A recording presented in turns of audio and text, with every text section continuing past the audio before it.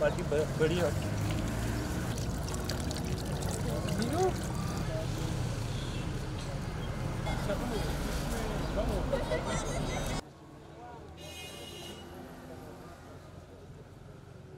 एक एहसास दिलाना है लोगों को कि जो हमारे इर्द गिर्द के जो मुस्तहिक लोग हैं, जो कि साहिब हैसियत इतनी है कि वो अफ्तार कर सकें या उनको अच्छा खाना मिले, तो हम में आगे बढ़ना चाहिए। हम यूथ हैं, हम में कैपेबिलिटी है, हम कर सकते हैं, तो why not we play our own part.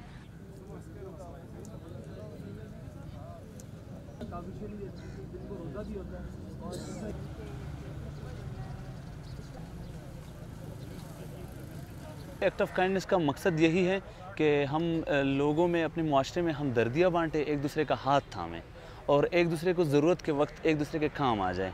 Basically जो ओवरऑल मकसद इसका यही है।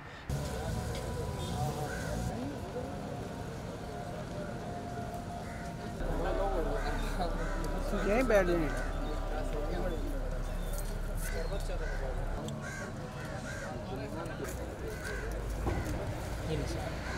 यहाँ पर हम मज़दूर लोग बैठते हैं तो कभी काम होता है, कभी नहीं होता।